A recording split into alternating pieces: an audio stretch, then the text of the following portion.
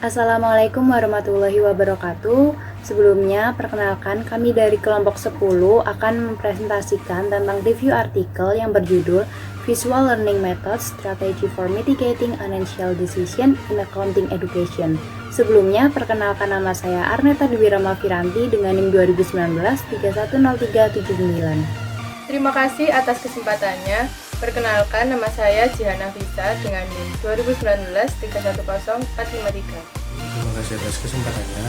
Perkenalkan, nama saya Novel Fadil dengan NIM 2019-3110-454. Assalamualaikum warahmatullahi wabarakatuh. Terima kasih atas kesempatannya. Nama saya Lili Patricia Budiono dengan NIM 2019-311074.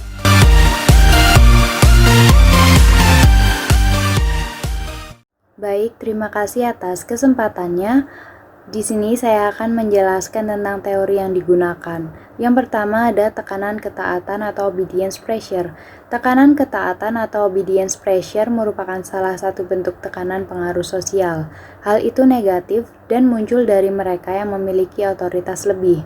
Ada dua bentuk lain dari tekanan pengaruh sosial, yaitu tekanan kepatuhan dan tekanan kesesuaian.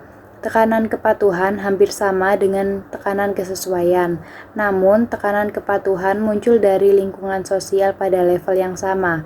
Tekanan konformitas bersifat positif dan mengacu pada tekanan untuk menyesuaikan diri dengan norma-norma yang ada di masyarakat. Dari ketiga jenis tekanan pengaruh sosial tersebut, tekanan ketaatan memiliki kekuatan yang lebih besar karena tekanan dari pihak yang memiliki otoritas lebih efektif daripada tekanan yang diberikan oleh lingkungan sosial pada tingkat yang sama. Selanjutnya, teori yang kedua yaitu teori belajar atau learning theory. Teori belajar atau learning theory adalah kerangka konseptual yang menggambarkan bagaimana informasi diserap, diproses, dan dipelihara. Strategi mitigasi keputusan tidak etis dapat dijelaskan dengan teori belajar. Dimensi kognitif, emosional, lingkungan, dan pengalaman masa lalu berperan dalam proses bagaimana pengalaman diperoleh atau diubah dan dipertahankan. Selanjutnya, teori yang ketiga adalah penalaran moral. Penalaran moral dapat didefinisikan sebagai argumen tentang bagaimana seseorang harus bertindak atau memberikan alasan untuk membenarkan atau mengkritik perilaku tertentu menurut Fox and DeMarco pada tahun 2000. Selanjutnya, Thomson pada tahun 1998 menyimpulkan bahwa penalaran moral terdiri dari 3 sudut pandang. Yang pertama, berpikir tentang apa yang harus dilakukan seseorang dan mengapa perlu melakukannya. Yang kedua, membentuk ide untuk menggambarkan dan mengevaluasi tindakan. Dan yang ketiga, menilai tindakan tertentu berdasarkan aturan umum yang berlaku. Selanjutnya, Adams, Mellon, and James pada tahun 1995 menyimpulkan bahwa proses penalaran moral seseorang dapat dipahami sebagai proses bagaimana seseorang menginternalisasi standar moral.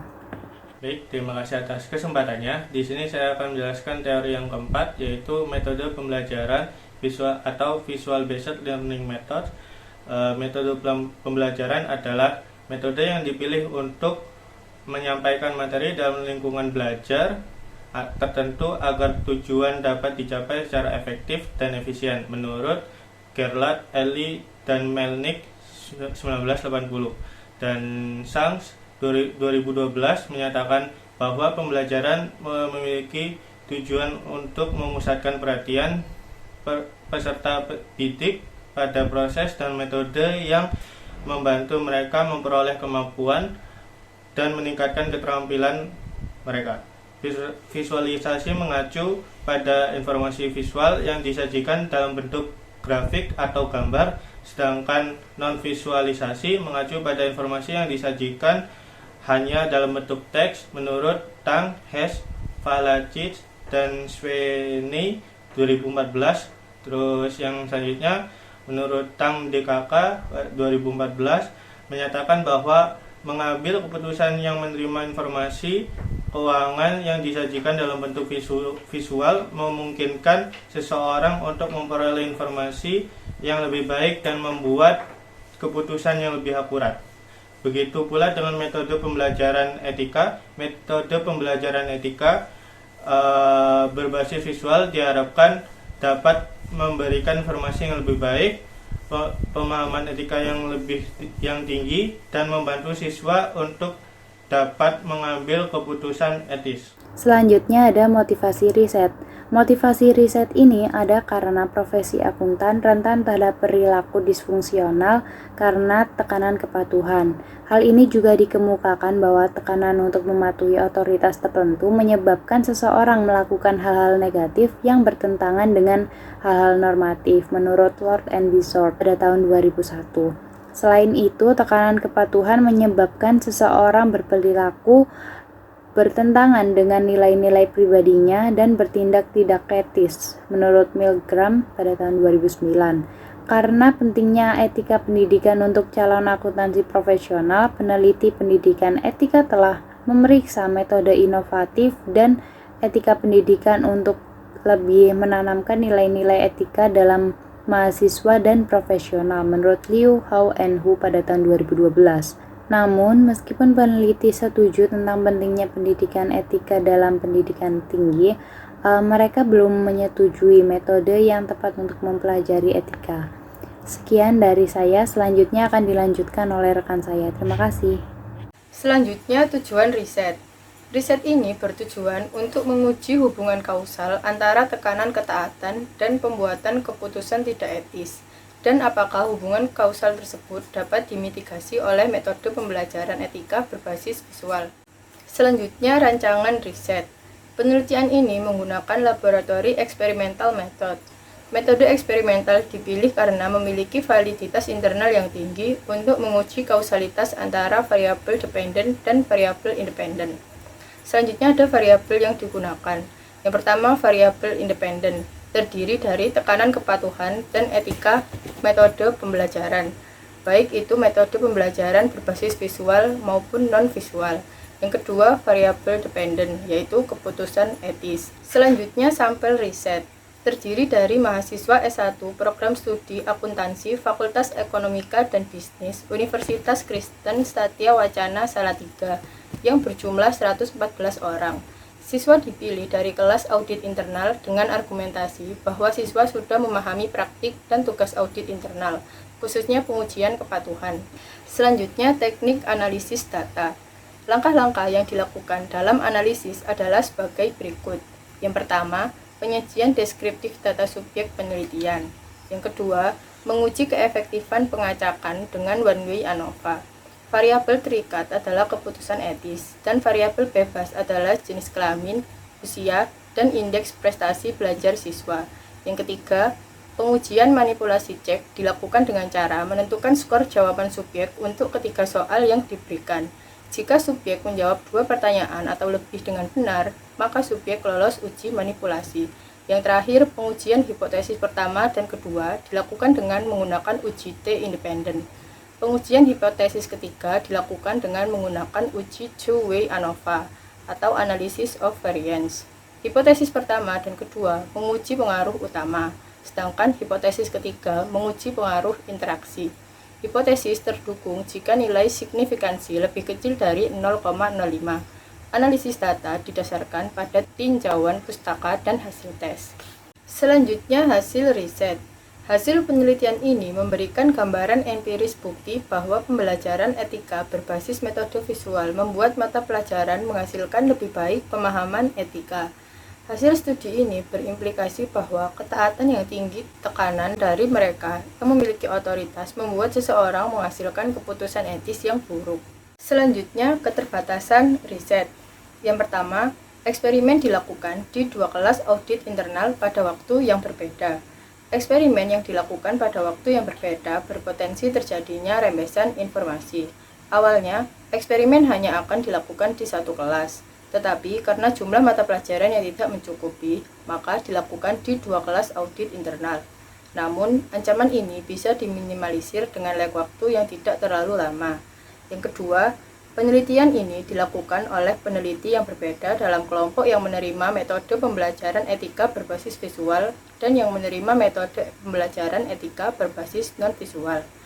Kepribadian pelaku eksperimen yang merupakan faktor bawaan berpotensi mempengaruhi hasil eksperimen.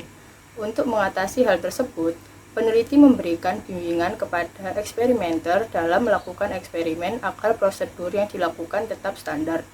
Peneliti tidak bertindak sebagai eksperimenter untuk menghindari efek permintaan yang dapat mempengaruhi respon subjek. Baik, di sini saya akan melanjutkan penjelasan dari rekan saya mengenai peluang riset.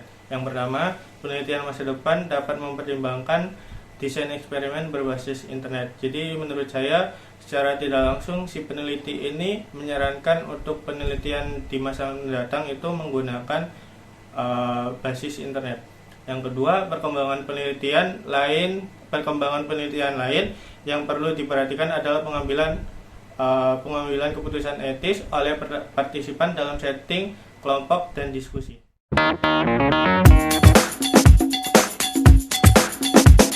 Terima kasih atas kesempatannya. Di sini saya akan menjelaskan tentang teori yang digunakan dalam ide riset kami. Yang pertama adalah pembelajaran online adalah sistem belajar yang terbuka dan tersebar dengan menggunakan perangkat pedagogi atau alat bantu pendidikan yang dimungkinkan melalui internet dan teknologi berbasis jaringan untuk memfasilitasi pembentukan proses belajar dan pengetahuan melalui aksi dan interaksi yang berarti. Menurut Dabak dan Ridland 2005, teori yang kedua, teori belajar atau learning theory adalah kerangka konseptual yang menggambarkan bagaimana informasi diserap, diproses, dan dipelihara. Strategi mitigasi keputusan tidak etis dapat dijelaskan dengan teori belajar, dimensi kognitif, emosional, lingkungan, dan pengalaman masa lalu berperan dalam proses bagaimana pemahaman diperoleh atau diubah dan dipertahankan menurut Illeris 2004 dan Omroth 2012. Sekian dari saya, selanjutnya akan dijelaskan oleh rekan saya. Terima kasih. Selanjutnya yaitu saya akan menjelaskan mengenai motivasi riset. Motivasi riset ini terjadi karena dampak dari pandemi COVID-19 yang menyebabkan beberapa di wilayah harus melakukan lockdown, khususnya di Indonesia. Berdasarkan riset terdahulu, ditemukan adanya peluang untuk memperbaiki desain eksperimen dengan menggunakan metode online dan memperbaiki pengambilan keputusan etis oleh partisipan dalam setting diskusi. Selanjutnya yaitu tujuan riset. Tujuan ini dilakukan untuk mengetahui dampak dari pembelajaran online dan pengambilan keputusan etis dalam pendidikan akuntansi. Selanjutnya yaitu rancangan riset, yaitu terdiri dari 4. Yang pertama yaitu ada variabel independen, yaitu etika metode pembelajaran yang berbasis internet atau online, seperti menggunakan aplikasi WhatsApp Group, Zoom, Google Meet maupun lainnya. Yang kedua yaitu ada variabel dependen, yaitu keputusan etis. Lalu yang ketiga ada sampel riset, yaitu yang menyangkut seluruh mahasiswa sarjana program akuntansi Fakultas Ekonomi Bisnis pada Universitas Hayam Wuruk Perbana Surabaya. Yang terakhir yaitu ada teknik analis data, yaitu menggunakan metode kuantitatif dan metode kualitatif. Sekian dari kelompok kami, terima kasih. Wassalamualaikum warahmatullahi wabarakatuh.